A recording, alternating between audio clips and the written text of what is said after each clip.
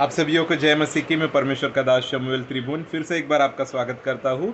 इस बार हम एक कॉम्प्लिकेटेड विषय को हैंडल कर रहे हैं और विषय है धर्म। धर्म को लेके आज बहुत सारे लोग कंफ्यूजन में हैं और धर्म को लेके आज बहुत सारे लोग आपस में एक दूसरे से लड़ रहे हैं। तो धर्म क्या है? अब धर्म एक ऐसी शाखा है, ऐसी ब्रांच है जो परमेश्वर को खोजने की कोशिश करती है कि परमेश्वर कैसा है, कैसा दिखाई देता है, उसको हम कैसे पा सकते हैं, उसकी आशीष हम कैसे पा सकते हैं।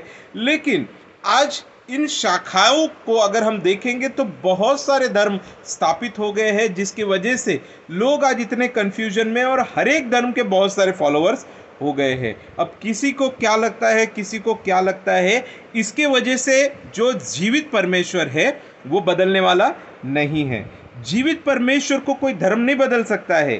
धर्म इंसान ने बनाए हैं, लेकिन परमेश्वर चाहता है कि इंसान परमेश्वर को जाने, और इसीलिए बाइबल में लिखा हुआ है जो मन के शुद्ध है वो परमेश्वर को देख पाएंगे, परमेश्वर को जान पाएंगे। और बाइबल ये भी कहता है कि तुम सत्य को जानोगे और सत्य तुम्हें आज़ाद करेगा। तो धर्म एक ऐसी शाखा है जिस शाखा के द्वारा, जिस ब्रांच के द्वारा हम परमेश्वर को खोजने की कोशिश करते हैं। लेकिन अब कई सारे धर्म है और वो धर्म कई सारी चीज़ें बताते हैं।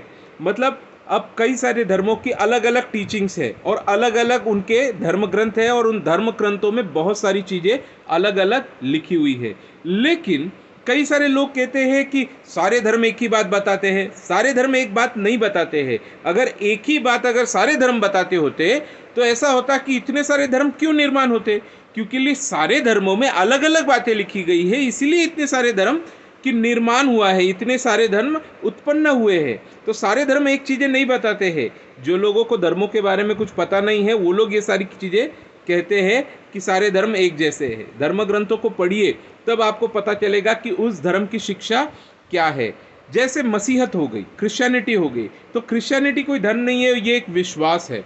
हिंदुइज्म अगर हो गया तो हिंदुइज्म ये भी कोई धर्म नहीं है बल्कि एक समाज व्यवस्था है। मुस्लिम्स हो गए तो मुस्लिम्स भी ये टीचिंग्स है, मोहम्मद की जो टीचिंग्स है उसके ऊपर चलने वाले लोग हैं। अब बुद्धिज़्म हो गया, वो लोग कहते हैं कि बोधिसत्व मतलब एनलाइटेंड बीइंग, जिस व्यक्ति को प्रकाश प्राप्त हुआ है, जिस व्यक्ति को ज्ञान प्राप्त हुआ है, ऐसा व्यक्ति। अब कुछ लोग आपको इस दुनिया में ऐसे भी मिलेंगे जो कहते हैं कि परमेश्वर कोई नहीं है, गुरु ही परमेश्वर है। तो वो लोग गुरुओं की आराधना करते हैं, गुरुओं को भगवान मानते हैं। अब कुछ लोग ऐसे होते हैं जो खुद को एथिस्ट मानते हैं। एथिस्ट मतलब नास्तिक मानते हैं। वो कहते हैं कि कोई परमेश्वर है ही नहीं, हम नास्तिक है। तो वो लोग क्या करते हैं, उनकी अलग अलग धारणाओं को वो लोग मानते हैं। अब कुछ लोग कहते हैं, सारी कंट्रोवर्सी को दूर रख के वो कहना चाहते हैं सबका मालिक एक है।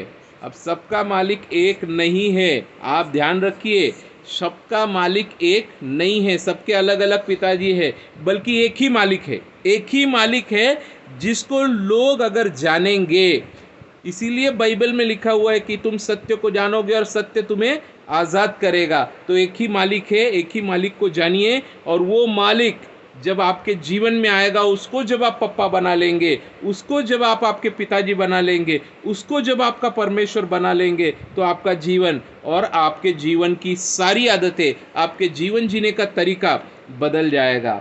तो मेरा कहना अंत में एक ही है कि धर्मों को लेके लड़ाई मत कीजिए। धर्म तो इंसान ने बनाए हैं। उस जीवित परमेश्वर को ढूंढिए जो जीवन देता है और लोगों के जीवन को बदलता है। परमेश्वर करे आपको मुझको इस वीडियो के द्वारा आशीष दे। जय मसीह की।